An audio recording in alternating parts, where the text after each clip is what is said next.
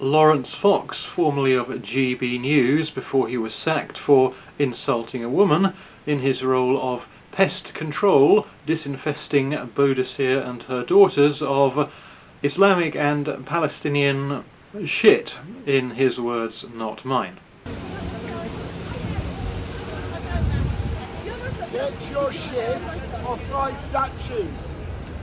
He posted that clip to his Twitter, definitely worth a share if you haven't. During that same recent weekend's display of Islamic strength in London, a Labour MP made this curious statement. London is calling for a ceasefire now. The overwhelming British public are calling for a ceasefire now. Strange if she's saying that on the basis of the size of the Muslim swarm in the capital, then her maths are a bit off because the demonstration was very small in relation to the total UK population.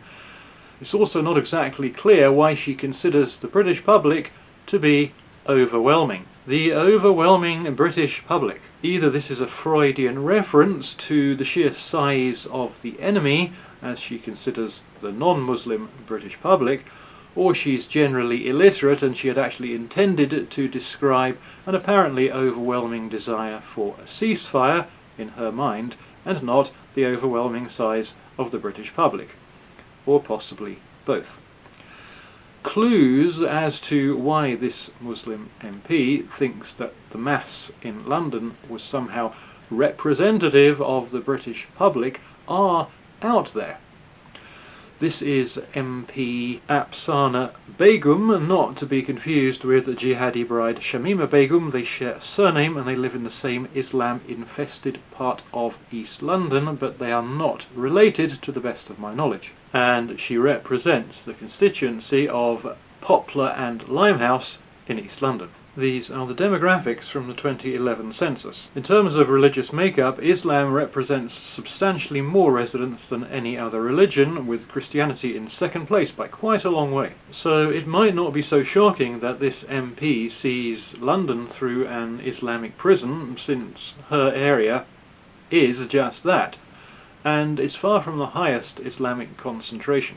Tower Hamlets is a touch less Islamic, but with a bigger gap between it and Christianity, and Little Ilford is fully 44% Islamic. Hodge Hill in Birmingham, on the other hand, is a paltry 41% Islamic. Why did I sneak in some weird little Birmingham ward there?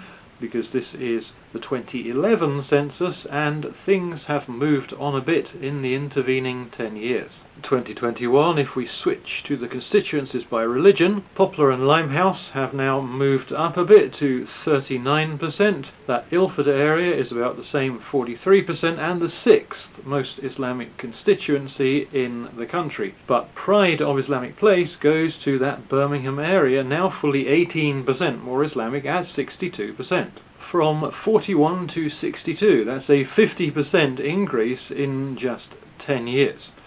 I'm not religious, so I do this purely for the comparison. This is Islam ranging from the 20th most Islamic constituency at 30%, Luton South, to the most Islamic 62%. Switch to Christianity, top is just 70%, barely more Christian than the most Islamic, and the bottom is 60%. Islam 30 to 62%, Christianity 60 to 72%. That's a pretty strong showing against the country's official religion of what is undoubtedly the greatest success story of the 21st century. In a teeth-gnashingly frustrated response to the Islamic wank which the leader of the opposition yesterday put out in veneration of what is apparently Islamophobia Awareness Month this November, when everyone gets together and remembers how much they dislike Islam. I suppose I can live with that.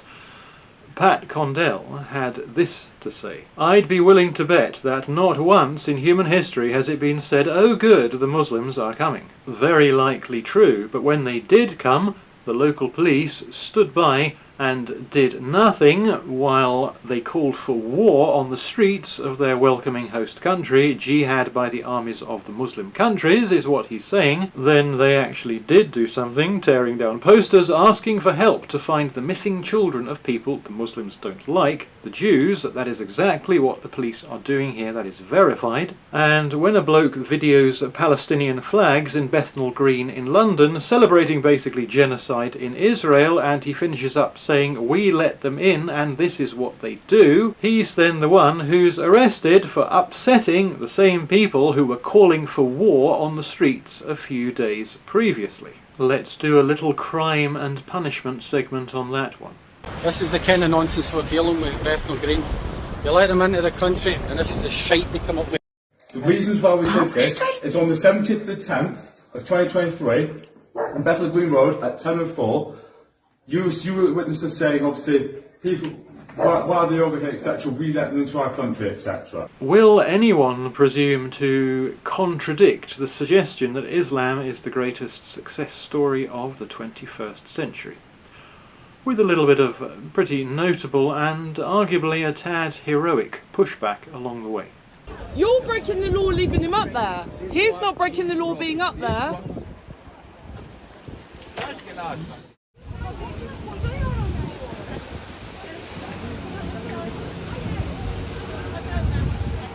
Get your shit off my statues.